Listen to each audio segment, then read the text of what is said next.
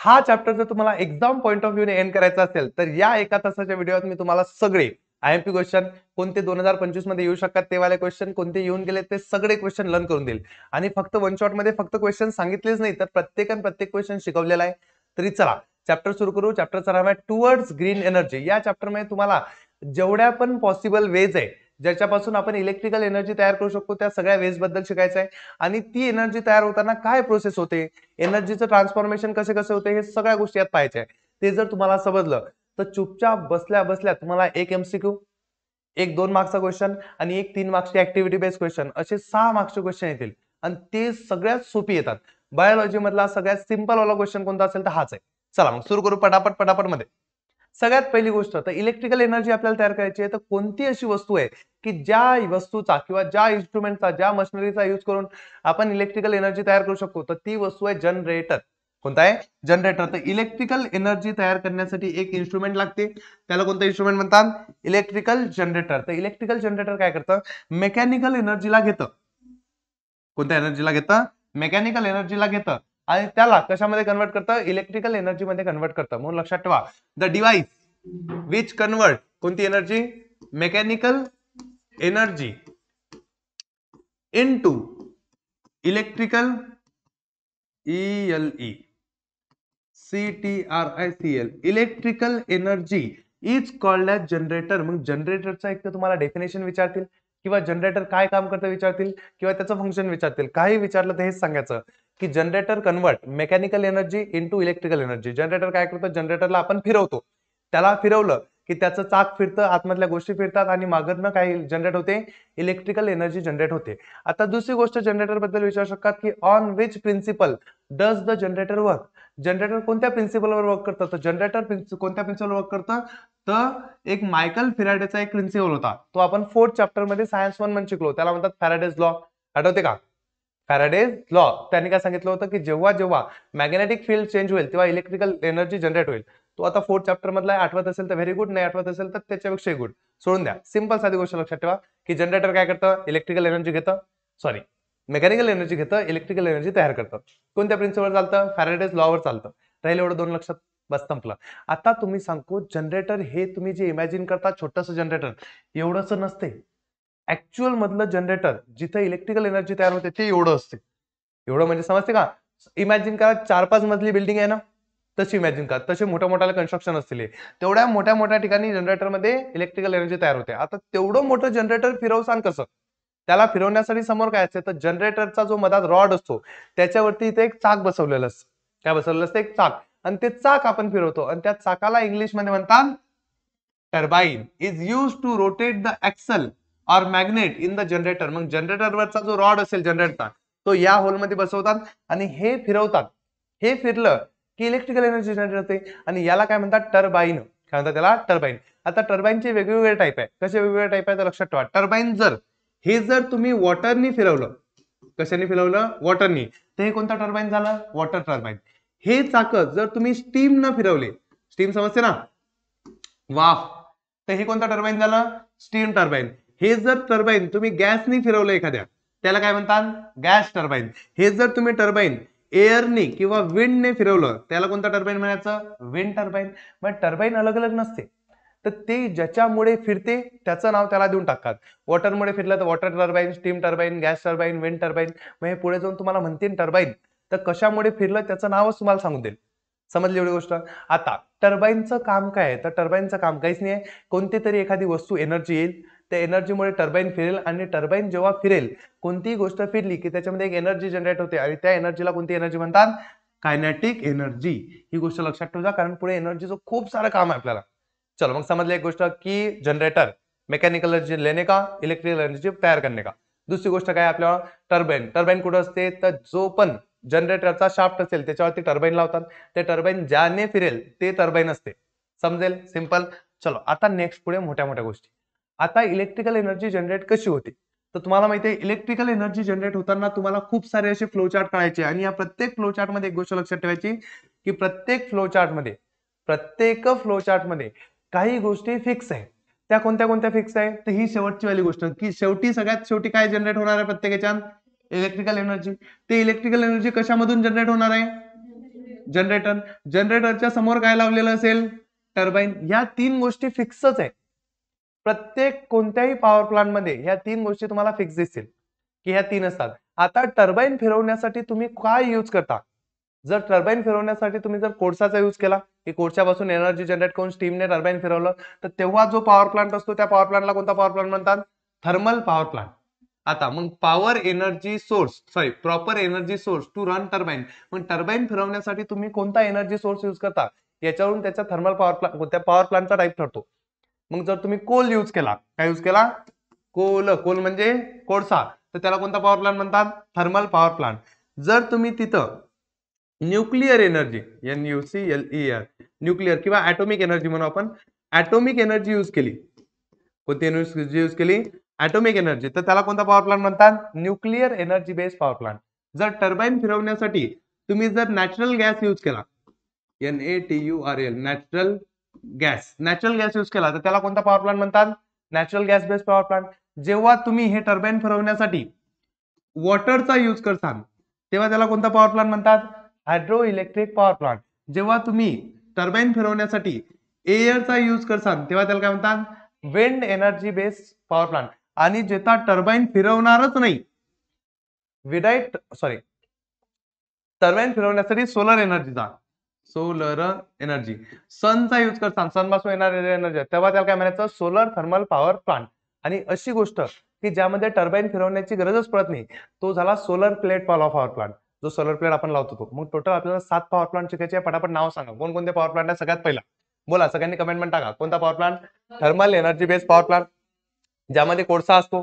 दुसरा कोणता आहे? Nuclear energy based power plant, ज्यामध्ये काय असते? ऍटॉमिक एनर्जी असते. तिसरा पॉवर प्लांट कोणता? Natural gas based power plant, ज्यामध्ये नॅचरल गॅस यूज करतो. नंतर हायड्रो इलेक्ट्रिक पॉवर प्लांट, ज्याच्यामध्ये वॉटर. विंड टर्बाईन वाला पॉवर प्लांट, ज्यामध्ये काय असते? एअर. शेवटचं सोलर थर्मल पॉवर प्लांट, ज्यामध्ये काय करतो? सन पासून येणारी एनर्जी. जमेल? सोपं आहे. मग आता हे सगळे पॉवर प्लांट एक एक शिकायचे. प्रत्येक पॉवर प्लांटचं एक्झाम मध्ये काय विचारतात सांगतो. आला क्वेश्चन तर 3 मार्क्ससाठी. 3 मार्क्ससाठी पहिले विचारतील फ्लो चार्ट, की या पॉवर प्लांट मध्ये एनर्जी जनरेट करण्यासाठी कोणकोणत्या वस्तू यूज करतात, कशा यूज करतात, त्याचा फ्लो चार्ट करा. दुसरा विचारतात त्याचा एनर्जी ट्रान्सफॉर्म कशी होते, त्याचा फ्लो चार्ट करा. आणि तिसरी गोष्ट विचारतात नेहमी की या पॉवर प्लांटचे ऍडव्हान्टेजेस काय किंवा डिसएडव्हान्टेज काय, जे असले ते विचारतील. आणि हे तिन्हीच्या तिन्ही गोष्टी पाठ करायच्या. मोस्टली थर्मल पॉवर प्लांटवरच क्वेश्चन येतो दरवर्षी, किंवा तिथं नाही आला तर मग मागचे पॉवर प्लांट. ऍटॉमिक एनर्जी किंवा न्यूक्लिअरवर आजपर्यंत जास्त काही क्वेश्चन आले नाहीये. चला पटापट पटापट पहा. याच्यात मी एवढे फोटोज घेऊन ठेवले आहे, आणि फोटोचं मेन रिझन की ते समजलं पाहिजे. Thermal energy based power plant. सगळ्यात पहिले मला सांगा थर्मल म्हणजे काय? थर्मल म्हणजे काय होते? हीट. हीट कशी जनरेट करतात? तर हीट जनरेट करण्यासाठी आपण काय जाळू? कोलला जाळू. कोल जाळलं की त्याच्यापासून हीट जनरेट होईल. मग ते हीट जनरेशन पासून काय करायचं? तर जी हीट जनरेट होईल त्याच्यापासून आपण पाणी गरम करू. काय गरम करू? पाणी गरम करू. आणि ते पाणी गरम केलं की त्या पाण्याची काय होईल? वाफ होईल. त्या वाफेला आपण म्हणू स्टीम. आणि ते स्टीम जे असेल त्या स्टीम पासून आपण टर्बाईन फिरवू. आणि टर्बाईन फिरलं की त्यापासून काय तयार होईल? Electrical energy. मग ही गोष्ट लक्षात ठेवा की सगळ्यात पहिले आपण घेऊ कोळसा. काय घेऊ? कोळसा. आणि तो कोळसा एका मोठ्या भट्टीमध्ये टाकू. मोठी भट्टी म्हणजे ज्याच्यामध्ये पाणी गरम करायचं आहे ते भट्टी टाक. आणि त्या टाक्याचं नाव असते बॉयलर. BOILER. काय म्हणतात त्या मोठ्या टाक्याला? बॉयलर. मग आपण पहिले कोळसा घेऊ. कोळसा कशामध्ये टाकू? बॉयलर मध्ये. बॉयलर मध्ये कोळसा गरम जळेल आणि त्याच्यामुळे काय गरम होईल? पाणी बॉईल होईल, म्हणून त्याला काय म्हणतात? बॉयलर. ते पाणी गरम झालं की त्याची काय तयार होईल? स्टीम तयार होईल. त्याची काय तयार होईल? स्टीम. आणि ही सगळीची सगळी स्टीम कशाला पाठवायची? टर्बाईनला. ही स्टीम तुम्हाला माहिती ना, वाफ जोरात धावते. आणि ती जोरात धावली की ती अशी जाईल आणि या टर्बाईनला फिरवेल. टर्बाईन गोल फिरलं की ते कोणाला कनेक्टेड असेल? जनरेटरला. आणि जनरेटर फिरलं की त्यातून कोणती एनर्जी भेटेल आपल्याला? Electrical energy. समजलं? मग आता तुम्ही म्हणसाल सर बाजूचं काय? आजूबाजूचं आता एवढ्या मेन गोष्टी आहे, या बाकीच्या गोष्टीत लागतील ना. कारण जी स्टीम आली, आता ही स्टीम ना टर्बाईन फिरलं. आता स्टीम ते हवेत सोडून द्यायची का? ती जर स्टीम तुम्ही ना हवेत सोडून दिली तर आजूबाजूचं वातावरण गरम होऊन जाईल. मग तेवढं गरम वातावरण शांत कसं करतात? म्हणून काय करतात? ते स्टीम म्हणजे पाणीच असते, त्याला वाया नाही गमवत. त्या स्टीमला थंड करतात. स्टीमला टर्बाईन फिरवलं की त्या स्टीमला काय करतात? STEM. स्टीमला थंड करतात. आता मला सांगा, वाफेला थंड केलं की त्याचं काय बनेल? परत पाणी बनेल. परत काय बनेल? पाणी बनेल. मग इकडनं वाफेला आणतात थंड करतात, त्याचं परत पाणी बनते, पाणी परत कशामध्ये टाकतात, बॉयलर मध्ये, बॉयलर मध्ये टाकलं की परत त्याची काय बनते, स्टीम, स्टीमने काय फिरवतात, टर्बाईन, टर्बाईन फिरणं झालं की परत त्या स्टीमला थंड करतात, त्याचं पाणी बनवतात, परत कुठे टाकतात, बॉयलर, आणि ही प्रोसेस काय राहते, कंटिन्यू चालू, म्हणजे तेच ते पाणी परत परत यूज होते आणि इलेक्ट्रिकल एनर्जी जनरेशन चालूच राहते. आता या गोष्टीचा तुम्हाला विचारतात चार्ट काढा, आणि हा चार्ट एक्झाम मध्ये मिनिमम 3 ते 4 वेळेस येईल. मग तो कधी कधी ऍक्टिव्हिटीच्या फॉर्म मध्ये येतो, यातले 2-4 नावं गायब करून टाकतात, किंवा कधी कधी डायरेक्ट विचारतात की काय काढा, फ्लो चार्ट काढा. कशासाठी, showing generation of electrical energy, electrical energy कशी जनरेट होते त्याचा फ्लो चार्ट काढा, युजिंग कोणती, थर्मल पॉवर प्लांट. मग थर्मल एनर्जीचा यूज करून इलेक्ट्रिकल एनर्जी कशी जनरेट होते त्याचा फ्लो चार्ट काढायचा आहे. तर हा लर्न नाही करायचा, हा फील करून पाठ करायचा. सिंपल सांगतो, साध्या साध्या गोष्टी पहा. सगळ्यात पहिले काय जडते, कोल. कोणता फ्युएल जडते, कोल. मग थर्मल बेस पॉवर प्लांट आला की सगळ्यात पहिले कोणतं फ्युएल टाकायचं, कोल. मग कोलवाला डब्बा, कोल कशामध्ये टाकतो आपण, बॉयलर मध्ये. मग दुसरं काय टाकायचं, boiler. Boiler for conversion of water to steam, कारण त्यात वॉटरचं कन्व्हर्जन कशात होते, स्टीम मध्ये. ते स्टीम आपण कशावर सोडली होती, कोणत्या टर्बाईनवर सोडली होती, स्टीम टर्बाईन, कारण ते स्टीमवर फिरते म्हणून स्टीम टर्बाईन. टर्बाईन कुठं लावलेलं असते, जनरेटर मधून काय भेटते, इलेक्ट्रिकल एनर्जी. मग हे मागचे 3 टप्पे सगळ्याच्या सेमच असतील, फक्त हे समोरचं थोडंसं तुम्हाला लक्षात ठेवणं आहे. मग 2 वेळेस काढून पाहायचं, तिसऱ्यांदा कमेंटमेंट टाकायचं, पाठ होऊन जाते. कोल, कोल कुठं टाकायचा, बॉयलर, बॉयलर पासून स्टीम टर्बाईन, टर्बाईन नंतर जनरेटर, नंतर इलेक्ट्रिकल एनर्जी. आता स्टीम टर्बाईन मध्ये जी यूज झालेली स्टीम आहे तिचं परत आपण काय करतो, पाणी करतो, आणि ते पाणी परत कशाला देतो, बॉयलरला देतो. मग तेच त्याच्या खाली लिहायचं, system for converting steam back to water. म्हणजे स्टीम होती तिला परत पाणी करायचं तिचं, आणि ती पाणी कुठं टाकायचं, बॉयलर मध्ये, आणि बॉयलर मधून परत स्टीम करून टर्बाईन, मग परत पाणी करून बॉयलर, स्टीम, टर्बाईन, बॉयलर, पाणी, ते चालूच आहे ते. मग हा पुराचा पुरा चार्ट एक्झाम मध्ये येतेच. याबद्दल एकच क्वेश्चन एक्झाम मध्ये येतो की हे चार्ट एक्झाम मध्ये काढा. आणि दुसरी गोष्ट विचारतात, what are the disadvantage of thermal power plant, ते नंतर शिकू. त्याच्या पहिले जर एक्सप्लेन म्हणून आला तर 4-5 ओळी मनाने लिहायच्या, सिंपल साध्या, ज्या आपण वर लिहिल्या त्याच गोष्टी इंग्लिश मध्ये वर्ड म्हणून लिहायच्या. सेंटेन्स कसे बनवायचे पहा. पहिला सेंटेन्स काय लिहायचा की in this turbine, in this the turbine is rotated using, कशाच्या हेल्पने, steam. Water is heated in the boiler. मग आता ते फक्त तेवढं लिहायचं की स्टीमने आपण टर्बाईन फिरवतो, वॉटर बॉयलर मध्ये गरम करतात. नंतर using the thermal energy release due to the burning of coal. आता कोलमुळे जी थर्मल एनर्जी रिलीज होते, steam of very high temperature and pressure is generated, त्याच्यामुळे स्टीम तयार होते हाय प्रेशर आणि टेम्परेचरची. ती स्टीम कुठे पाठवतो आपण, तिसरा पॉईंट.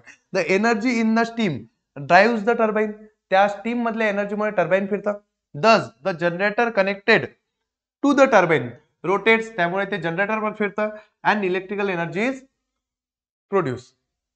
3 वाक्यात इलेक्ट्रिकल एनर्जी तयार करून द्यायची.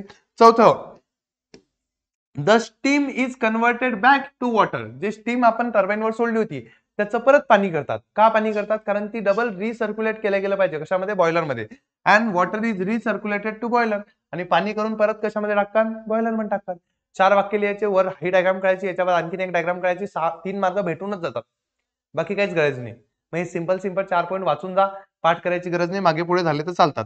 आता महत्वाची गोष्ट, समजा 2 फ्लो चार्ट आहे, तर तो आधीवाला फ्लो चार्ट होता इलेक्ट्रिकल एनर्जी कशी तयार होते याचा फ्लो चार्ट. आता आहे conversion of energy. Conversion of energy समजते का तुम्हाला, की पहिले कोणती एनर्जी होती कोळशात, त्याच्यापासून कोणती एनर्जी तयार झाली, त्याच्यापासून कोणती एनर्जी झाली, त्याच्यापासून कोणती एनर्जी झाली, फायनल इलेक्ट्रिकल एनर्जी तयार होईपर्यंत कुठं कुठं कन्व्हर्जन झालं हे सगळं तयार करणे is called as conversion of energy. मग एनर्जी ट्रान्सफॉर्मेशन हा शब्द दिसला तर हा वाला फ्लोचार्ट करायचा. एनर्जी जनरेशन हा शब्द दिसला तर कोणता फ्लोचार्ट करायचा, तो वाला फ्लोचार्ट करायचा. 2 अलग अलग बातें आहे. मग एनर्जी ट्रान्सफॉर्मेशन मध्ये काय करायचं, तर तो वाला फ्लोचार्ट आठवायचा आणि त्याच्यावरून हा फ्लोचार्ट लिहायचा. आता त्यामध्ये सगळ्यात पहिले काय होतं, कोल. मग कोल मध्ये कोणती एनर्जी असते, तर केमिकल एनर्जी. कोल जळतो ना, कोल जळतो म्हणजे carbon plus oxygen, carbon dioxide, म्हणजे ती केमिकल एनर्जी असते. नंतर त्याच्यापासून कोल जळला की आपण बॉयलर मध्ये त्याला जाळतो. मग सांगा, दुसरा कोल नंतर बॉयलर होतं, मग बॉयलर मध्ये गरम होते, गरम म्हणजे कोणती एनर्जी, थर्मल एनर्जी, हीट होते ना. आता ते झाल्यानंतर आपण ते कशावर टाकतो, टर्बाईनवर टाकतो. टर्बाईनवर टाकण्यासाठी ते स्टीम तयार होते. स्टीम एका जागेवर थांबते का, नाही, ती धावत सुटते. आणि जेव्हाही एखादी गोष्ट धावत सुटते तेव्हा त्याला काय म्हणतात, कायनेटिक एनर्जी. पण कशाची, कायनेटिक एनर्जी ऑफ स्टीम. नंतर या स्टीम मुळे टर्बाईन फिरतं, मग हे बी फिरतं, म्हणून कायनेटिक एनर्जी इन टर्बाईन. तर स्टीमची पण कायनेटिक एनर्जीज असते आणि टर्बाईनची पण. टर्बाईन पण गोल फिरेल म्हणून त्याची कायनेटिक एनर्जीज असेल. आणि शेवटचं टर्बाईन फिरलं की कोणती एनर्जी भेटते आपल्याला? Direct electrical energy. मग पटापट सांगा. कन्व्हर्जन सगळ्यात पहिलं कोणतं? केमिकल एनर्जी, नंतर थर्मल एनर्जी, नंतर कायनेटिक एनर्जी इन टर्बाईन नाही स्टीम, नंतर कायनेटिक एनर्जी ऑफ टर्बाईन आणि नंतर इलेक्ट्रिकल एनर्जी. जोपर्यंत तुम्ही इमॅजिन करून लिहिसाल नाही तर रट्टा मारावा लागेल. रट्टा मारणं पॉसिबल नाही. इमॅजिन करा की कोळसा नंतर बॉयलर, हीट नंतर स्टीम तयार होते, मग स्टीमची कायनेटिक एनर्जी, नंतर टर्बाईनची कायनेटिक एनर्जी, नंतर इलेक्ट्रिकल एनर्जी. पाठवून जातो. आणि हा फ्लोचार्ट किंवा तो फ्लोचार्ट दोनपैकी एक फ्लोचार्ट येतो. आणि फ्लोचार्ट जर 2 मार्गाला आला तर 1 मार्गाले त्याचे प्रॉब्लेम विचारतात, म्हणजे विचारतातच. 3 मार्काच्या क्वेश्चन मध्ये थर्मल पॉवर प्लांटचे आतापर्यंत प्रॉब्लेमच विचारले की थर्मल पॉवर प्लांटमुळे नुकसान काय आहे. तर सगळ्यात पहिलं वाला नुकसान जे आहे ते म्हणजे त्यातून काय निघते रे? एअरने निघत, एअर पोल्युशन होते. तर लक्षात ठेवा सगळ्यात पहिला प्रॉब्लेम काय लिहायचा? Air pollution due to burning of coal. कोळसा जळेल तर धूर निघेल तर पोल्युशन होईल. Burning of coal result into emission of gases like कोणकोणते गॅसेस निघतात? Carbon dioxide, sulphur oxide, nitrogen oxide which are harmful to health.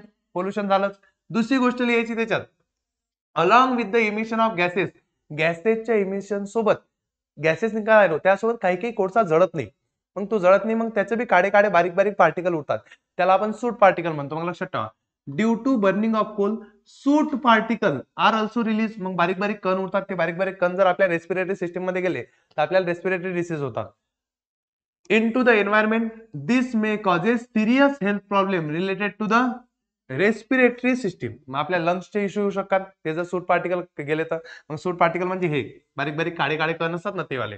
शेवटचं, the reserve of fuel is use in this method that is coal are limited. सारखं याचं एवढं लिहायचं नाही, एवढंच वाक्य लिहायचं.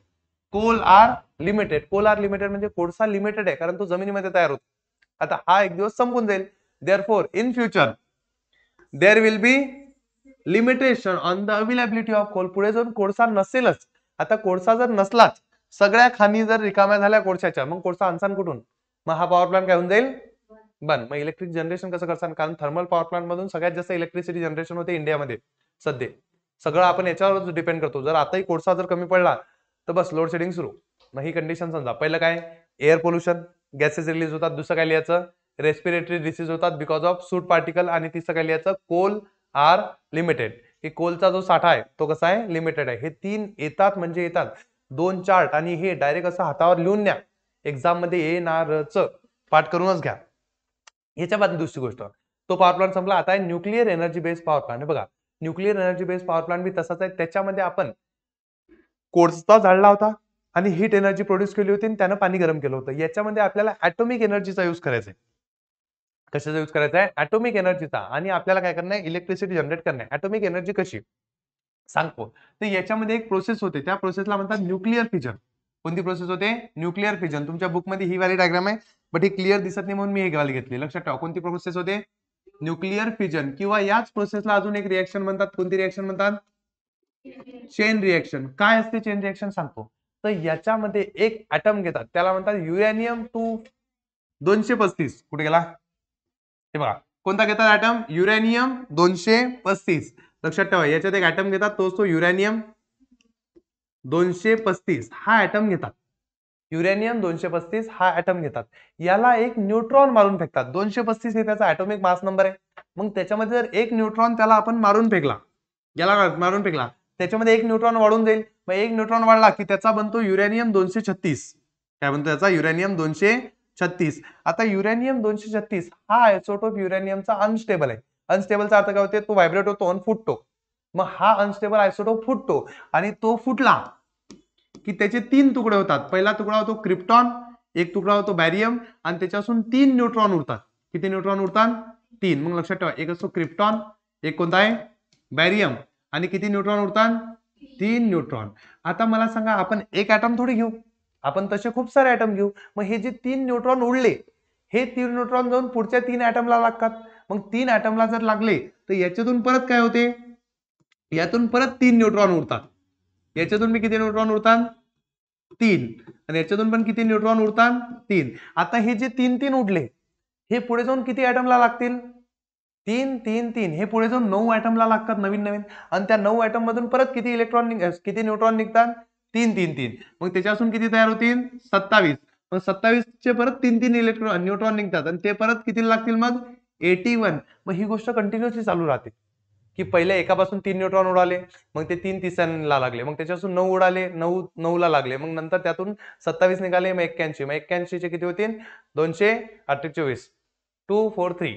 मग ती कंटिन्युअसली प्रोसेस चालूच राहील. मग आता ही गोष्ट तुम्हाला समजत आहे का की ही प्रोसेस जर कंटिन्युअसली चालू राहिली याचा अर्थ काय झालं, याच्यातून कंटिन्युअसली ब्लास्ट होत राहतील आणि ही ब्लास्ट झाली की प्रत्येक एका ऍटमच्या ब्लास्ट मागे एनर्जी तयार होईल आणि ती एनर्जी तयार होते 200 MeV. किती एनर्जी तयार होते 200 MeV. म्हणून या प्रोसेसला म्हणतात चेन रिएक्शन, कारण ही चेन सारखी सुरूच राहते, ही बंद पडत नाही. मग एक्झाम मध्ये ही क्वेश्चन आला होता की what does the diagram shows, तर या डायग्रामचं नाव काय आहे चेन रिएक्शन किंवा न्यूक्लिअर फिजन. तर तुम्ही काय करता खाली लिहा न्यूक्लिअर फिजन आणि ब्रॅकेटमध्ये काय लिहा चेन रिएक्शन, दोन्ही लिहायचं, सोडायचं काहीच नाही. याच्यामध्ये कोणता ऍटम यूज केला जातो, तर कोणता ऍटम यूज केला होतो युरेनियम 235. कोणता यूज केला जातो युरेनियम 235. त्याला न्यूट्रॉन मारल्यावर त्याच्यापासून 236 बनतो. 236 फुटल्यानंतर कोणकोणते प्रोडक्ट तयार होतात युरेनियम 235 पासून, कोणकोणते प्रोडक्ट तयार होतात, तर वरती कोणता तयार होतो बॅरियम, एक आहे बॅरियम. दुसरा कोणता तयार होतो क्रिप्टॉन, क्रिप्टॉन. आणि किती न्यूट्रॉन उरतात त्याच्यातून 3 न्यूट्रॉन. आणि हे होताना किती एनर्जी तयार होते, तर किती होते 200 MeV, मेगा इलेक्ट्रॉन व्होल्ट म्हणतात त्याला. मग किती एनर्जी तयार होते 200 MeV. मग या चार्ट बद्दल जेवढी बी इन्फॉर्मेशन माझ्याकडे होती तुम्हाला सांगितली. चार्ट कशाचा आहे, याच्यामध्ये कोणता ऍटम यूज होतो आणि याच्यापासून कोणकोणते प्रोडक्ट तयार होतात हे विचारलं होतं. मग प्रोडक्ट हे दोन झाले बॅरियम आणि क्रिप्टॉन. ऍटम कोणता असते युरेनियम 235 आणि प्रोसेसचं नाव काय न्यूक्लिअर फ्युजन. आणि ही जी 200 MeV एनर्जी तयार होते या एनर्जीचा यूज करतात पाणी गरम करण्यासाठी. आणि ते पाणी गरम केलं की त्याची काय तयार होईल स्टीम. स्टीम कुठे टाकतील टर्बाईनवर. टर्बाईन काय चालवेल इलेक्ट्रिक. मस्त मग पाहून घ्या न्यूक्लिअर रिएक्टर. कारण आता बघा जे न्यूक्लिअर फ्युजन ही प्रोसेस झाली, ही प्रोसेस हवेत नाही करत, हवेत करसान पुरा एरिया गायब करून टाकसान तुम्ही. हे करण्यासाठी एक चेंबर असतं आणि त्या चेंबरला म्हणतात न्यूक्लिअर रिएक्टर. काय म्हणतात त्याला nuclear reactor for nuclear fusion. मग एक टाकीची टाकी असेल त्याच्यामध्ये न्यूक्लिअर फ्युजन होईल. मग हे झाले टाकी. याच्यातून जी हीट निघेल त्याच्यातून काय येईल system for steam generation from the water. मग याला बॉयलर नाही म्हटलं त्यांनी, BOILER म्हटलं नाही. का बॉयलर म्हटलं नाही, कारण बॉयलर ते ज्याच्यामध्ये कोळसा जळतो आणि पाण्याची हीट स्टीम तयार होते. हे बॉयलर आहे का, काम तेच होते पण हे बॉयलर नाहीये. त्याला काय म्हणायचं सिस्टीम फॉर स्टीम जनरेशन. मग स्टीम तयार करण्याची सिस्टीम. नंतर ती स्टीम कशात टाकतील स्टीम टर्बाईनवर. स्टीम टर्बाईन कशाला कनेक्टेड असेल जनरेटर, आणि जनरेटर पासून काय तयार होईल इलेक्ट्रिकल एनर्जी. मग पाहसान हे तीन मागचे सेम आहे, हे बी सेमच आहे, फक्त चेंज काय झालं पहिलं वाला चेंज झालं. आणि त्याच्यासाठी पाहून घ्या हे आपण काय होईल इथून स्टीम टर्बाईन मधून तेच system for conversion of steam back into water. परत तेच पाणी कशात टाकतील बॉयलर मध्ये परत टाकतील. मग हे खाली अटॅच करायचं. आता याच्यामध्ये कोणता गॅस यूज करतात, कोणता ऍटम यूज करतात, फ्युएल म्हणून युरेनियम यूज करतात किंवा दुसरा कोणता करतात प्लुटोनियम. हे लिहून घ्या, हे चार्ट आताच कळा की फ्युएल म्हणून ऍटॉमिक एनर्जी पॉवर प्लांट मध्ये कोण दोन यूज करतात, तर कोण कोण युरेनियम आणि प्लुटोनियम. युरेनियम प्लुटोनियम कमेंट मध्ये टाका, युरेनियम प्लुटोनियम हे यूज करतात. झाले एवढे यूज. आता जर एक्सप्लेन आलं तर ज्या गोष्टी मी इंग्लिश मध्ये बोललो मराठीत बोललो त्या गोष्टी इंग्लिश मध्ये लिहून घ्यायच्या. आता मी या सांगत बसत नाही, लागलं तर पॉज करून वाचून घ्या. सिंपल साधा आहे, तेच बोललोय तेच आहे. नेक्स्ट पार्ट, तो पॉवर प्लांट झाला स्ट्रक्चर ऑफ एनर्जी जनरेशन. आता जर एनर्जी ट्रान्सफॉर्मेशन विचारलं तर सांगा सगळ्यात पहिली कोणती एनर्जी होती न्यूक्लिअर एनर्जी, कारण त्या ऍटम मध्ये होती. ऍटम मधल्या एनर्जीला कोणती म्हणतात न्यूक्लिअर एनर्जी. त्याच्यापासून हीट जनरेट झाली. हीट जनरेट झाली म्हणजे थर्मल एनर्जी. थर्मल एनर्जी पासून आपण पाणी गरम केलं, मग कायनेटिक एनर्जी इन स्टीम, नंतर कायनेटिक एनर्जी ऑफ टर्बाईन, नंतर इलेक्ट्रिक एनर्जी. आता तुम्ही जर थर्मल पॉवर प्लांट आणि हा पॉवर प्लांट कम्पेअर केला तर 1 2 3 4 ह्या चार गोष्टी कशा आहे सेम. फक्त पहिलं काय होतं त्याच्यामध्ये chemical energy in the coal, इथं काय न्यूक्लिअर एनर्जी. संपलं, दोनच चेंजेस आहे. म्हणून हे वाक्य त्याच्या खाली लिहून टाकायचे. Here nuclear energy is converted into this this this this energy this this this this energy this this this आणि finally kinetic energy of turbine into converted into electrical energy. Chart part करायचे जबरदस्ती आहे, कराच लागतात ते, याच्याशिवाय पर्याय नाहीये. आता बघा हे समजली डायग्राम. किती एनर्जी तयार होते प्रत्येक ऍटम फुटल्यानंतर 200 MeV. कोणते कोणते प्रोडक्ट तयार होतात ऍटम फुटल्यानंतर बॅरियम क्रिप्टॉन आणि किती न्यूट्रॉन 3 न्यूट्रॉन. समजलं. आता हे बघा हे आहे ते ऍक्च्युअल स्ट्रक्चर. ज्याच्यामध्ये तुम्हाला दाखवलंय हे जे आहे हे कोणतं रिएक्टर आहे, न्यूक्लिअर रिएक्टर. या न्यूक्लिअर रिएक्टर मध्ये काय होईल, न्यूक्लिअर रिएक्टर म्हणून काय फिजन होईल. न्यूक्लिअर फिजन झालं की ते गरम होईल आणि ती हीट कुठं पाठवतील आपल्याला, कशाला पाठवतील, बॉयलरला.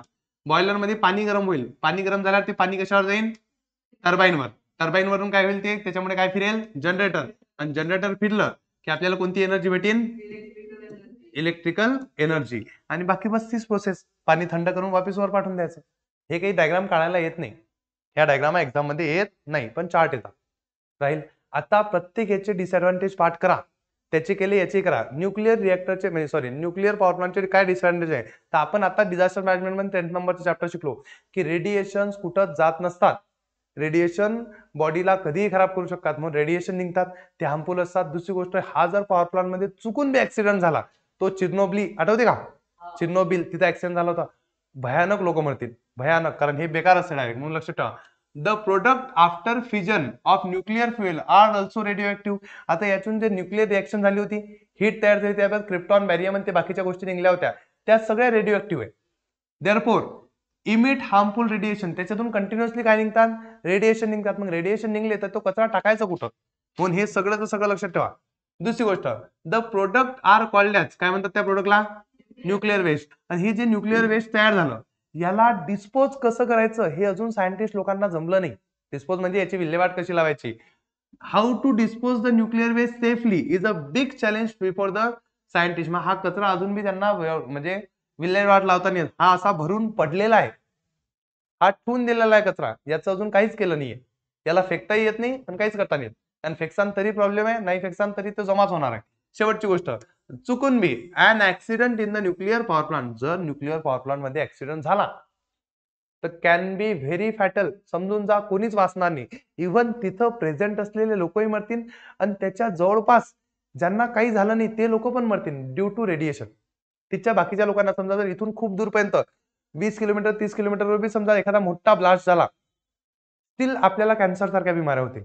आपल्यालाच नाही, आपल्या पुढच्या पिढीलाही कॅन्सर सारख्या बिमाऱ्या होतील. रिझन काय असेल ते कॅन्सर सारख्या बिमाऱ्या होण्याचं, तेच रेडिएशन. म्हणून याचा हे जो असतो ऍक्सिडेंट, तो व्हेरी फॅटल असतो. तुम्हाला हिरोशिमा नागासाकी काहीतरी आठवते का, त्याच्यावर बॉम्ब ब्लास्ट केले होते, हा, तर मग ते बॉम्ब ब्लास्ट आठवा, ते बेकार काम होतं. म्हणून हे तीन हे करून ठेवायचं. सगळ्यात पहिला काय की याच्यातून हार्मफुल रेडिएशन निघतात. दुसरं, याचा कचरा कसा डिस्पोज करायचा हे अजून सायंटिस्ट लोकांना पण माहिती नाहीये. आणि तिसरी गोष्ट काय की याच्यामध्ये जर ऍक्सिडेंट झाला तर तो कसा असतो, व्हेरी फॅटल. फॅटल म्हणजे जीवघेणा असतो. झाले 2 पॉवर प्लांट, असे आपल्याला 5-6 कंप्लीट करायचे. आता तिसरा पॉवर प्लांट आहे का, एकदम सिंपल साधा, याच्यापेक्षा सोपा पॉवर प्लांटच नाही. कोणता आहे power plant, natural gas based power plant. Natural gas म्हणजे काय, आपला एलपीजी पाहिला, असा गॅस जो जळतो त्याला म्हणतात नॅचरल गॅस पॉवर प्लांट. हा आपल्या इंडियामध्ये खूप कमी आहे, याच्यापासून खूप कमी एनर्जी जनरेट होते, पण काही काही ठिकाणी एनर्जी जनरेट करतात. मग लक्षात ठेवा, याच्यात काय असतं माहिती का, इकडे पहा, असं पहिल्यांदा एक फ्युएल घेतात. फ्युएल कोणतं असेल आपलं, नॅचरल गॅस.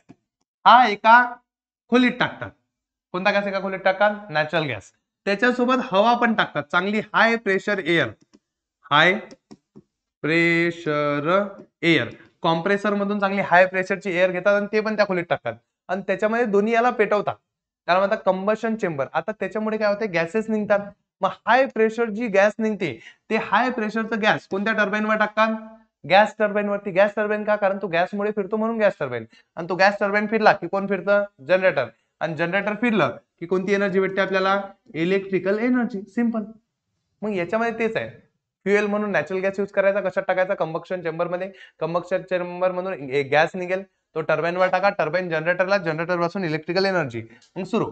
पहिला काय लावलेलं असते खाली, कॉम्प्रेसर लावलेलं असते. कशासाठी असते, फॉर प्रेशराइज एअर. कॉम्प्रेसर माहिती आहे ना, तुम्ही गाडीमध्ये हवा भरायला जाता तेव्हा ते टाकन असते का बाजूला पडलेलं, त्याच्यावर कॉम्प्रेसर लावलेलं असते जोरात हवा भरण्यासाठी, मग ते कॉम्प्रेसर. मग तसं कॉम्प्रेसर लावलेलं असते फॉर प्रेशराइज एअर, त्यातून एकदम प्रेशराइज एअर बाहेर निघते. ती एअर कशामध्ये टाकतात, कंबशन चेंबर सोबत. कंबशन चेंबर मध्ये आधी अजून काय टाकतात, नॅचरल गॅस. मग ह्या दोन्ही गोष्टी कंबशन चेंबर मध्ये टाकतात. त्याच्यापासून हॉट गॅसेस निघतात, ते गॅसेस कुठे टाकतात, गॅस टर्बाईन वर. गॅस टर्बाईन कशाला कनेक्टेड असते, जनरेटर. जनरेटर पासून इलेक्ट्रिकल एनर्जी. मग नॅचरल गॅस वाल्यात लक्षात ठेवायचं, electrical energy, generator, gas turbine. Gas turbine कुठून, गॅस टर्बाईन येणारा गॅस कुठून येते, कंबशन चेंबर. कंबशन चेंबर मध्ये कसा काय गॅस तयार झाला, कारण त्यात आपण एअर टाकली होती आणि त्या एअरला काय लावली, नॅचरल गॅसने आग लावली. समजलं. आता याला कन्व्हर्जन करायचं आहे तुम्हाला एनर्जी ट्रान्सफॉर्मेशन. एनर्जी ट्रान्सफॉर्मेशन एकदम इझी. पहा, कोणतीही जळणारी वस्तू असली तर त्याच्यामधली एनर्जी कोणती असते? Chemical energy. म्हणून त्या कोलवाली केमिकल एनर्जी, नॅचरल गॅसवाली पण केमिकल एनर्जी. नेक्स्ट सांगा पटकन लवकर बोला. Kinetic energy generated due to combustion of natural gas. आता कायनेटिक एनर्जी ऑफ गॅस असं जर तुम्ही म्हटलं तरी चालते, हे एवढं मोठं आघात करायची गरज नाही. कायनेटिक एनर्जी ऑफ गॅस, कारण गॅसची कायनेटिक एनर्जी, त्याच्यामुळे काय फिरलं? टर्बाईन. म्हणजे कायनेटिक एनर्जी इन टर्बाईन. आणि टर्बाईनच्या मागे डायरेक्ट कोणती energy? Electrical energy. Energy transformation मध्ये फक्त एनर्जी एनर्जी एनर्जीच घ्यायची, जनरेटर नाही. पटकन सांगा, एवढं समजेल का? सोपा आहे हा पॉवर प्लांट. या पॉवर प्लांट बद्दल तुम्हाला काहीच दिलेलं नाहीये की याचे नुकसान काय आहे, म्हणून हा एक्झाम मध्ये येतच नाही. आज लोक आला नाही, कधी येणार पण नाही, पण हे एक्झाम मध्ये आलो होतं. हे सगळं एवढं मोठं पाठ करणं पॉसिबल नाहीये की कोणत्या पॉवर प्लांटची कॅपॅसिटी किती आहे, पण आपण इंडियातले तर पाठ करू शकतो, महाराष्ट्रातले तर पाठ करू शकतो की नाही. मग पहा, थर्मल पॉवर प्लांट महाराष्ट्रामधला कोणता थर्मल पॉवर प्लांट आहे सांगा बरं? चंद्रपूरला थर्मल पॉवर प्लांट आहे महाराष्ट्रामध्ये. त्याची कॅपॅसिटी किती आहे? 3340 3340 मेगावॅट. मग थर्मल पॉवर प्लांटची तुम्ही सगळ्याची पाठ करू शकत नाही, पण इंडियातली करा. ही दिलेली नाहीये म्हणून टेन्शन घ्यायचं नाही. पण लक्षात ठेवा की याच्यातला जो महाराष्ट्रातला कोणता हे असेल तर तो तारापूर आहे. MAHARA SHTRA. महाराष्ट्रामधला पॉवर प्लांट कोणता? तर महाराष्ट्रामधला पॉवर प्लांट कोणता विचारलं तर कोणता घ्यायचा? तारापूर. राहील लक्षात. जाऊ दे आपण काही नाही करू शकत त्याला. शॅम्पू कर बंद. शॅम्पू विकायला आले. शॅम्पूच आहे ना, कोणती तरी शॅम्पू येते. बर चल, आता शेवटचा natural gas based power plant कोणता आहे महाराष्ट्रामध्ये? अंजनवेल. याचं नाव लक्षात ठेवायचं. आणि अंजनवेल वाल्याची कॅपॅसिटी लक्षात ठेवायची किती आहे? 2220 2220. एवढं लक्षात राहील का? मग महाराष्ट्रातले लक्षात ठेवा. महाराष्ट्रात तारापूर आहे, हा नॅचरल गॅस सॉरी कोणता रे? न्यूक्लिअर पॉवर प्लांट आहे. अंजनवेल हा नॅचरल गॅस बेस आहे. आणि दुसरा कोणता आहे? चंद्रपूरचा कोणता आहे? महाराष्ट्रातला कोणता आहे? थर्मल पॉवर प्लांट आहे. त्याची कॅपॅसिटी पाठ करून घ्या. राहील लक्षात. यांचीच कॅपॅसिटी पाठ करा. एक्झाम मध्ये आली तर यांचीच येईल, बाकी कोणाची येणार नाही. नाव नेक्स्ट. तिन्ही याच्यामध्ये काहीतरी जडते, आणि जेव्हा जेव्हा काहीतरी जडते तेव्हा होते पोल्युशन. आता पोल्युशन झालं की त्याच्यामुळे मग ते एन्व्हायरमेंट फ्रेंडली नाहीये, म्हणजे इलेक्ट्रिक एनर्जी जनरेट होत आहे पण they are not environment friendly. म्हणून लक्षात ठेवा, electric generation based on fossil fuel like coal, natural gas and nuclear fuel like uranium and plutonium are not environment friendly. It means that if electrical energy is generated using this fuel, it can lead to environmental degradation म्हणजे pollution. या सगळ्यांपासून काय होते? Pollution होते. आता आपल्या चॅप्टरचं नाव आहे towards green energy. म्हणजे आपल्याला अशी एनर्जी बनवायची आहे की जे यूज करून कोणतंच पोल्युशन, जे यूज करताना किंवा जे बनवताना इलेक्ट्रिकल एनर्जी अशी बनवायची आहे की जे बनवताना पोल्युशन झालं पाहिजे नाही. मग असे 3 पॉवर प्लांट तुम्हाला बुक मध्ये दिले आहे की ज्याच्यापासून पोल्युशन होत नाही. सगळ्यात पहिला पॉवर प्लांट आहे तुमचा कोणता? वॉटर रिझर्वायर वाला. वॉटर रिझर्वायर वाला म्हणजेच कोणता? Hydro electric power plant. दुसरा कोणता आहे? Energy from wind. Energy from wind म्हणजे wind energy based power plant. Energy from sunlight म्हणजे सोलर एनर्जी वाला पॉवर प्लांट. त्यानंतर कोणता आहे? बायोफ्युएल. इथेनॉल असते ना त्याच्यावाले, पण ते वाला आपल्याला घेऊन देणार नाहीये, ते एक्झाम मध्ये नाही येत. मग वरचे 3 लक्षात ठेवा. एक आहे पाण्यावाला कोणता आहे? Hydro electric. एक आहे हवेवाला कोणता आहे? Wind energy based. आणि एक सनवाला, त्याच्यावाला कोणता आहे? सोलर. हे 3 पॉवर प्लांट आहे की या तिन्ही याच्यात काहीच जडत नाही. म्हणून याच्यापासून the energy sources use in such as water reservoir, wind, sunlight, biofuel are never ending. हे कधी संपणार नाहीये. सूर्य उगवणं कधी बंद होणार नाहीये. म्हणून हे सगळेचे सगळे अनलिमिटेड टाइम साठी अवेलेबल आहे आणि याच्यापासून पोल्युशन पण होत नाही. म्हणून या सगळ्या एनर्जीला कोणती एनर्जी म्हणतात? ग्रीन एनर्जी किंवा एन्व्हायरमेंटल फ्रेंडली एनर्जी. म्हणून electricity generation through these sources are environment friendly किंवा ग्रीन एनर्जी. मग आता याच्यावरचा क्वेश्चन समजून घ्या की hydro electric power plant is environment friendly आहे की नाही. तर सांगायचं की हायड्रो इलेक्ट्रिक पॉवर प्लांट मध्ये कोणतंच पोल्युशन होत नाही, therefore it is a environment friendly. राहील लक्षात. जमेल. चला सगळ्यांनी सरळ बसा. छानपणा करू. असे लेलू बसतात झपू. तुमचं मत सांगा. अशा चालू क्लासमध्ये कॅमेरा तिकडे फिरून हे लेक्चर मी जर वाजवले आणि तुम्हाला जर मी व्हिडिओ दाखवला त्याचा चालू लाईव्ह क्लासमध्ये वन शॉट मध्ये, तर तुम्हाला चालेल का? वन शॉट फक्त 3-4 मिनिट मोठा होईल ते लेक्चर वाजवण्याच्या. तुम्हाला जर आवडत असेल तर मी टाकून देईल. एकदा सगळ्यांनी कमेंटमध्ये हो सर टाका, म्हणजे जेणेकरून मी समजून जाईन की हो वाजवा लागतात. चला ऐका. हायड्रो इलेक्ट्रिक पॉवर प्लांट शिका. आता हायड्रो इलेक्ट्रिक म्हणजे ते जे धरणामध्ये पाणी जमा असेल, या पाण्याला याच्यातून बाहेर सोडायचं आणि इथं बाहेर सोडताना ही जी भिंत असते ना, या भिंतीच्या आतमध्ये असे टर्बाईन लावायचे आणि या टर्बाईनच्या वर काय लावायचे? जनरेटर लावायचे. म्हणजे या पाण्यामुळे हे टर्बाईन फिरेल, टर्बाईनमुळे जनरेटर फिरेल आणि जनरेटर फिरलंही काय भेटेल आपल्याला? Electrical energy. तसंही पाणी सोडावंच लागते. मग पाणी सोडावंच लागते तर असंच सोडू द्या, जेणेकरून आपल्याला फायदा पण होईल. म्हणून ही गोष्ट करण्याला म्हणतात हायड्रो इलेक्ट्रिक पॉवर प्लांट. आता पाहून घ्या. हा आहे तुमचा हायड्रो इलेक्ट्रिक पॉवर प्लांट बुकमध्ये दिलेला. मी दाखवला सांगता. आता बघा याच्यात पाणी आहे, या पाण्याच्या मधात ही आपली भिंत आहे. भिंत समजते ना? ती जी भिंत दाखवली होती मी तुम्हाला, ही वाली भिंत, ही वाली ती भिंत आहे. आता या भिंतीच्या आतमध्येच काय बसवलेलं आहे पहा बरं इथं. तर ही जर भिंत पाहसान तर या भिंतीच्या आतमध्ये एक गेट आहे. त्याला कोणतं गेट म्हणतात? Sluice gate. हे गेट वर झालं की इथून पाणी काय येते? बाहेर येते. याला काय म्हणतात? Penstock. याच्यातून पाणी बाहेर येते. पाणी बाहेर आलं की याच्या मधात काय लागते? याला टर्बाईन. हे पाणी कोणाला फिरवते?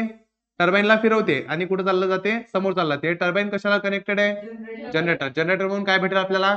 Electrical energy. ती इलेक्ट्रिकल एनर्जी कुठे येईल? पुढे जाऊन. समजलं का तुम्हाला? मग हे बेटर ऑप्शन आहे. मग आता मला सांगा याच्यामध्ये काय झालं? तर तुमचं पाणी साठवलेलं पाणी होतं. आता थांबलेल्या पाण्यामध्ये कोणती एनर्जी असते? तर थांबलेला आहे म्हणून कायनेटिक एनर्जी नसेल, मग थांबलेल्या पाण्यामध्ये असते पोटेन्शियल एनर्जी. म्हणून लक्षात ठेवजा की एनर्जी जर विचारली तर वॉटर रिझर्वायर समजते ना, म्हणजे पाण्याचा साठा विथ कोणती एनर्जी? Potential energy. सरळ ते वॉटर आपण कशावर सोडलं? टर्बाईन वरती. पण कोणतं टर्बाईन? Water turbine. मग टर्बाईन कुठं कनेक्टेड होतं? जनरेटर. जनरेटर पासून कोणती एनर्जी तयार झाली? Electrical energy. इथं पटकन सुरू होते खतम होऊया. एवढं समजलं. आता एनर्जी ट्रान्सफॉर्मेशन पहा. पहिले पाणी थांबलेलं होतं, थांबलेल्या पाण्याची एनर्जी कोणती एनर्जी? Potential energy. नंतर जसं गेट उघडलं पाणी धावायला लागलं, धावणाऱ्या पाण्याची एनर्जी कोणती असेल? Kinetic energy of flowing water. नंतर ते कशावर गेलं? टर्बाईन. म्हणून kinetic energy of turbine. Last मध्ये कोणती एनर्जी? किती सिंपल आहे, राहील लक्षात. मग हे लक्षात ठेवायचं. ह्या मधातल्या गोष्टी हेच आहे की in hydro electric power plant potential energy stored in dam converted into kinetic energy. म्हणून दरवाजे उघडले धरणाचे काय पोटेन्शियल एनर्जीचं कन्वर्जन कशात होते? Kinetic energy. मग त्या गोष्टी वाचून घ्यायच्या. हे काही नाही एक्सप्लेन कधीच आलं नाही. हे चार्टच विचारतात मोस्टली. चला पाहता. आता जर तुम्हाला असा क्वेश्चन विचारला की मला सांगा जर पाण्याची लेवल ए लेवल पर्यंत आहे, ए लेवल म्हणजे पाणी ए लेवल पर्यंत आहे, पाणी बी लेवल पर्यंत आहे आणि पाणी सी लेवल पर्यंत आहे, कोणत्या कंडिशन मध्ये सगळ्यात जास्त इलेक्ट्रिकल एनर्जी जनरेट होईल? टर्बाईन कोणत्या कंडिशन मध्ये सगळ्यात जास्त फिरेल? पाणी ए पर्यंत नसताना की बी पर्यंत असताना की सी पर्यंत असताना? कुठपर्यंत? ए. काऊन की जेवढं पाणी जास्त असेल तेवढं प्रेशर कसं असेल? जास्त. तेवढी पोटेन्शियल एनर्जी जास्त, तेवढी पोटेन्शियल एनर्जी जास्त, तेवढी कायनेटिक एनर्जी जास्त, तेवढीच एनर्जी कशी भेटेल आपल्याला? जास्त. म्हणून ए वर पाणी असताना मॅक्झिमम किती? ए वरती मॅक्झिमम इलेक्ट्रिक एनर्जी जनरेट होईल आणि सी वरती जनरेट होईल का इलेक्ट्रिक? पाणी जर एवढंच आहे तर इलेक्ट्रिक एनर्जी जनरेट होईल का? जाणारच नाही. मग नो इलेक्ट्रिकल एनर्जी. आणि बी वर असताना मिनिमम किंवा लो. म्हणून ए वर असताना जास्तीत जास्त इलेक्ट्रिक एनर्जी जनरेट होईल, बी वर लो एनर्जी जनरेट होईल आणि सी वरती जनरेट होणार नाही. ते एकदा एक्झाम मध्ये विचारलं होतं म्हणून सांगून दिलं. आता याचे फायदे आहे की नुकसान आहे? तर फायदे पण आहे नुकसान पण आहे. पहिला कोणता फायदा आहे की since there is a no combustion. कोणतं फ्युएल जळालं का सांगा बरं मला याच्यामध्ये? नाही. There is a no pollution. No combustion no pollution म्हणजे काहीच जळालं नाही म्हणून कोणतंच पोल्युशन होणार नाही. समजलं? मग एन्व्हायरमेंट फ्रेंडली आहे. दुसरं possible to generate electricity as and when required. जेव्हा पण तुमची इच्छा झाली की आता मला इलेक्ट्रिक एनर्जी जनरेट करायची आहे तेव्हा तुम्ही इलेक्ट्रिक एनर्जी जनरेट करू शकता. कारण काय धरणाचे दरवाजे उघडायचे, पाणी सोडायचं, इलेक्ट्रिक एनर्जी जनरेट. समजलं का? मग as and when required you can generate electrical energy. आणि तिसरी गोष्ट समजा धरणातलं पाणी संपलं मग तर पुढच्या वर्षी परत पावसाळा येईल, पावसाळा येईल परत पाणी पडेल, परत धरण काय होऊन जाईल? भरून जाईल. म्हणून rain replenish the stored reservoir. जे रिझर्वायर आहे ते रेन काय करते? दरवर्षी परत भरते. समजली गोष्ट? तीनच फायदे आहे. पहिलं no fuel combustion therefore no pollution. Second काय घ्यायचं, generate electricity when and as needed, जेव्हा गरज असेल तेव्हा जनरेट होते. आणि शेवटचं rain replenish the stored reservoir. म्हणून जर समजा पाणी संपलं पण तर पुढच्या वर्षी पावसाळ्यात भरून जाते. हे झाले 3 फायदे. आता फायद्यासोबत नुकसान बी आहे. कोणते नुकसान आहे? समजा सगळ्यात पहिले तर धरण बांधावं लागेल. आता धरण बांधण्यासाठी काय बांधण्यासाठी? धरण बांधण्यासाठी ही गोष्ट लक्षात ठेवा. सम व्हिलेजेस ऑर सेटलमेंट आर सबमर्ज. म्हणजे काय माहिती का, जेव्हा धरण बांधल्या जाते तर तुम्हाला असं वाटतं धरण म्हणजे एक भीत बांधली मागे पाणी थांबेल. मागे जेव्हा पाणी थांबते त्याच्या मागे किती सारी जमीन, लोकांचे घरं, लोकांचे गावं हे पाण्यामध्ये डुबून जातात. मग सगळ्यात पहिले सगळ्यांचे लोकांचे गावं डुबतात. Some villages and settlement are submerge. Submerge म्हणजे डुबतात. सेटलमेंट म्हणजे villages are submerge. People are displace.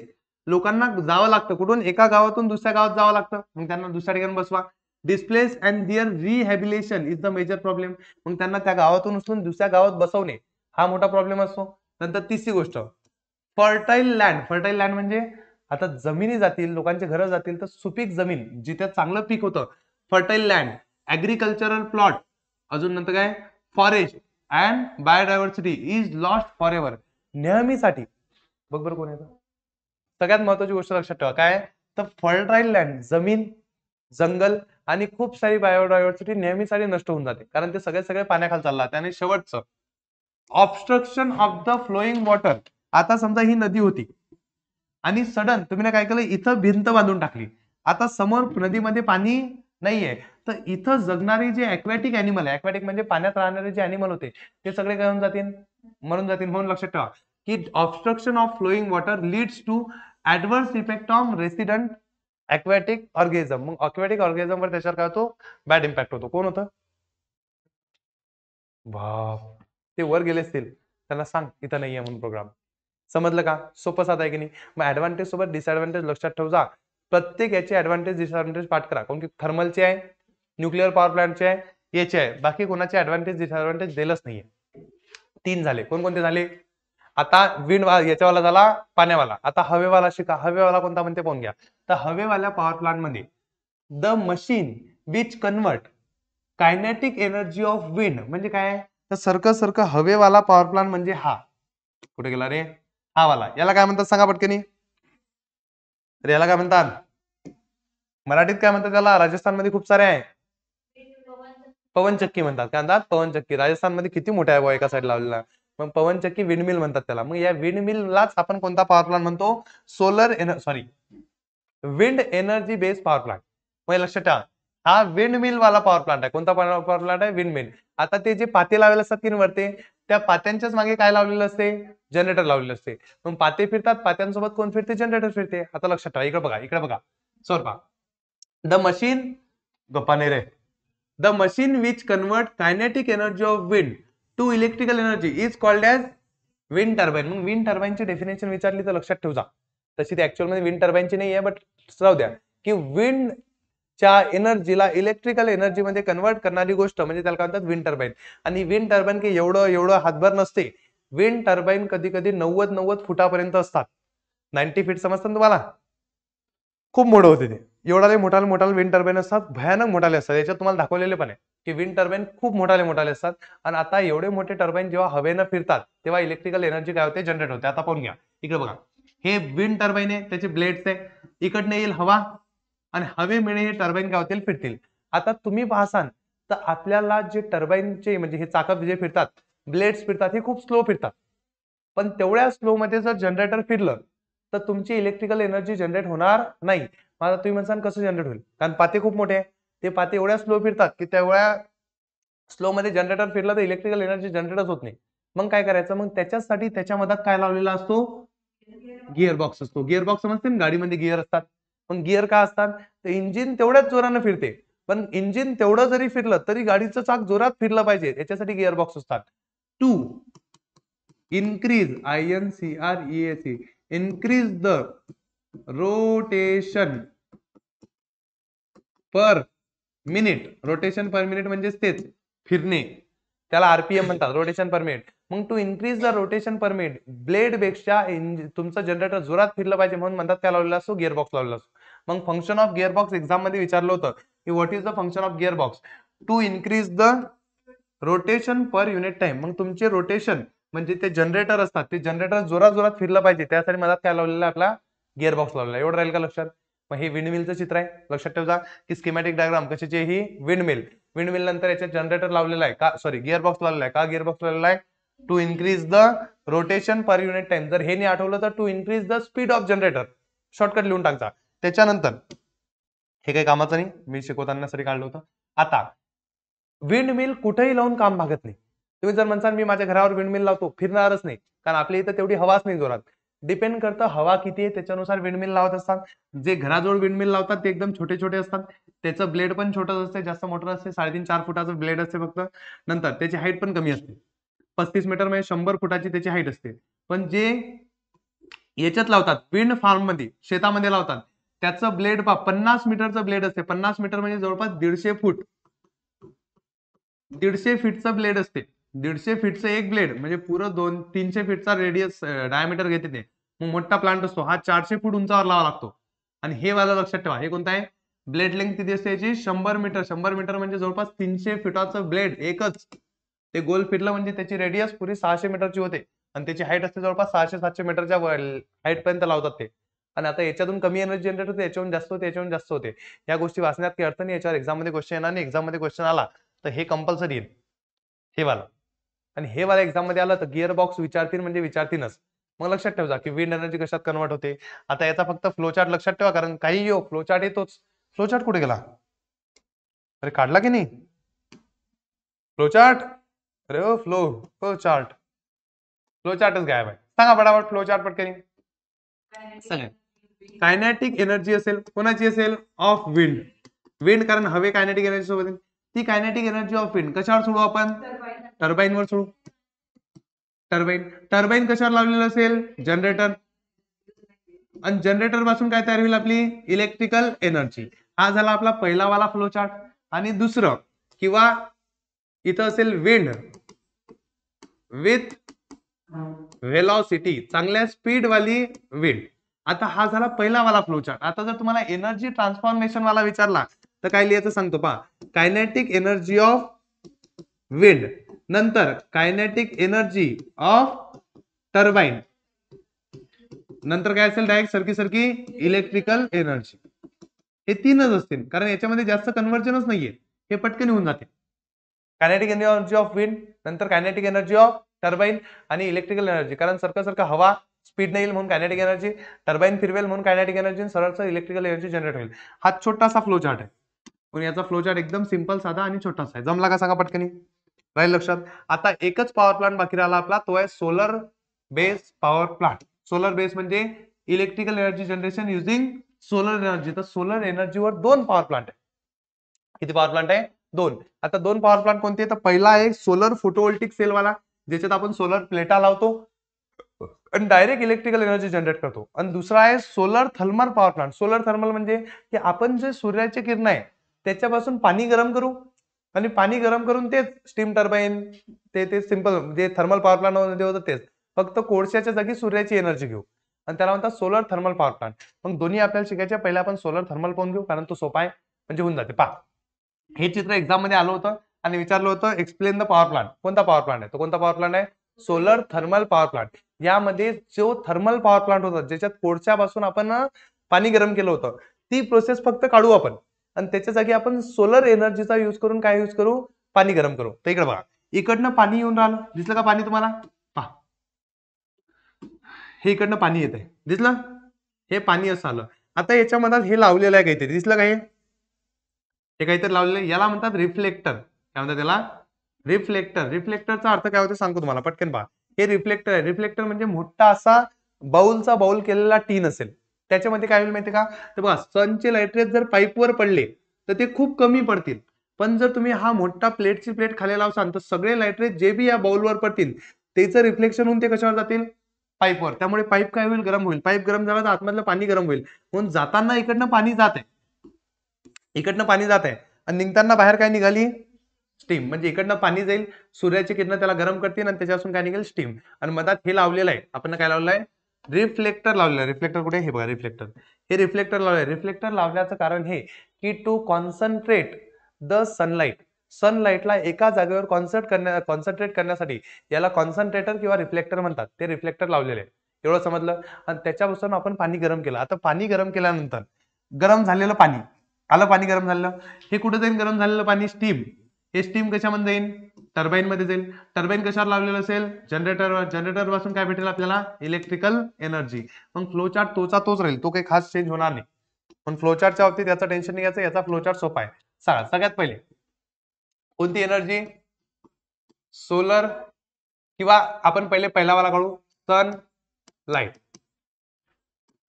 तो सनलाइट कशावर पडला? तो दिलेला नाही फ्लोचार्ट, पण तसाच करतो. ऍब्झॉर्बर वर पडला, ABSORBR. ऍब्झॉर्बर पासून स्टीम तयार झाली, सॉरी ते पाणी गरम झालं. पाणी गरम झाल्यावर कोणते कशावर टाकलं ते आपण ना? स्टीम कशावर टाकली? टर्बाईनवर टाकली. टर्बाईन वरून ते कुठे गेली? जनरेटर. जनरेटर पासून काय झालं तयार? Electrical energy. हा झाला पहिला वाला फ्लोचार्ट. पण एनर्जी ट्रान्सफॉर्मेशन पासून तर सोलर एनर्जी होती, त्याच्यापासून पाणी गरम केलं म्हणून कोणती एनर्जी तयार झाली? Thermal energy. त्याच्यामुळे स्टीम तयार झाली. मग स्टीम तयार झाली, कोणती एनर्जी असते? Kinetic energy of steam. पहिले स्टीमची कायनेटिक एनर्जी असेल, या स्टीमच्या कायनेटिक एनर्जीमुळे टर्बाईन फिरेल, म्हणून कायनेटिक एनर्जी ऑफ टर्बाईन. आणि नंतर कोणती एनर्जी जनरेट होईल? Electrical energy. इतकं समजलं का? सांगा पटापट मला. सोपं आहे. मग हे झालं एनर्जी ट्रान्सफॉर्मेशन, आणि हे कोणतं झालं आपलं? साधं एनर्जी जनरेशन. मग हे दोन फ्लोचार्ट पाठ करून ठेवायचे. याची PDF मी तुम्हाला याच्यावर टाकून देईन टेलिग्रामच्या ग्रुपवर. आता शेवटचं फोटोव्होल्टिक सेल वाला. आता जर तुम्हाला एक्झाम मध्ये असा क्वेश्चन आला की सगळ्यात छोटा फ्लोचार्ट कोणाचा आहे? In which type of power plant there is a minimum stages of conversion of energy.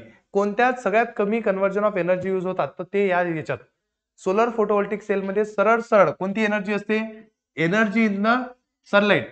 ते सरळ फोटोव्होल्टिक इफेक्ट होते त्याच्या त्या प्लेटमध्ये, आणि सरळ डायरेक्ट कोणती एनर्जी जनरेट होते? Electrical energy. Direct electrical energy generate होते. मग हे लक्षात आलं का? सांगा की सगळ्यात छोटा फ्लोचार्ट कोणाचा आहे? Solar photovoltaic सेलचा.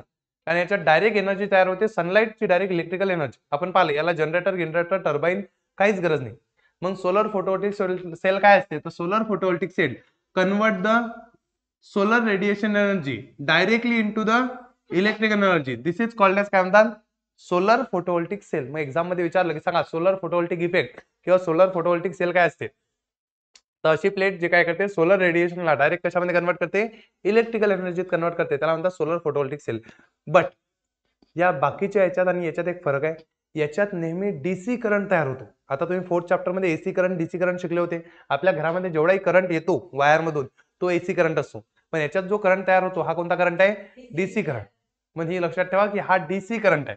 कोणता आहे? DC current. मग हा डीसी इन नेचर असतो. मग सोलर फोटोव्होल्टिक सेल मध्ये तयार होणारा करंट कोणता असतो? DC current. आणि आता एक महत्वाचा क्वेश्चन जो नेहमी विचारतात की हे प्लेट हे कशापासून बनते? तर हे बनते सेमी कंडक्टर पासून. Semi conductor. आणि त्या सेमी कंडक्टरचं नाव काय? सिलिकॉन. काय नाव आहे? सिलिकॉन. तर लक्षात ठेवा की solar photovoltaic cell are made up of special type of material called as semiconductor. आणि ते सेमीकंडक्टर कोणतं सेमीकंडक्टर आहे? ते सिलिकॉन. तर सोलर फोटोव्होल्टिक सेल कशापासून बनतात? तर सिलिकॉन पासून बनतात. कशापासून बनतात? सिलिकॉन. एवढं लक्षात आहे. आता याच्या बाद बरेचसे थोडेसे मॅथमॅटिकल क्वेश्चन आहे, तेवढे मी तुम्हाला पटापट सांगतो जेणेकरून ते संपतील. पण त्याच्या पहिले आपण मेन गोष्टी जाऊ. मॅथमॅटिकल क्वेश्चन काही कामात नाही पडत, कधीच नाही येते.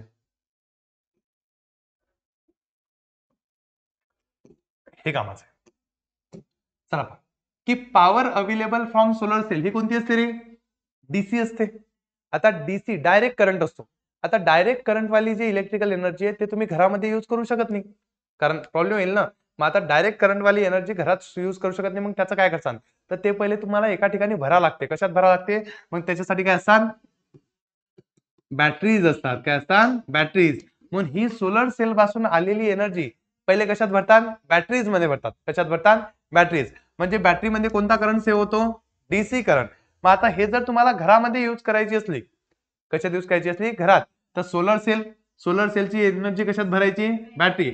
आणि मग लावायचं मधात इन्व्हर्टर. इन्व्हर्टर काय करेल? पहिल्यांदा घेताना डीसी पॉवर घेईल आणि त्याला कशात इन्व्हर्ट करून देईल? एसी मध्ये. मग इन्व्हर्टरचं काम तेच आहे, डीसी ला घ्यायचं आणि कशात कन्वर्ट करायचं, एसी.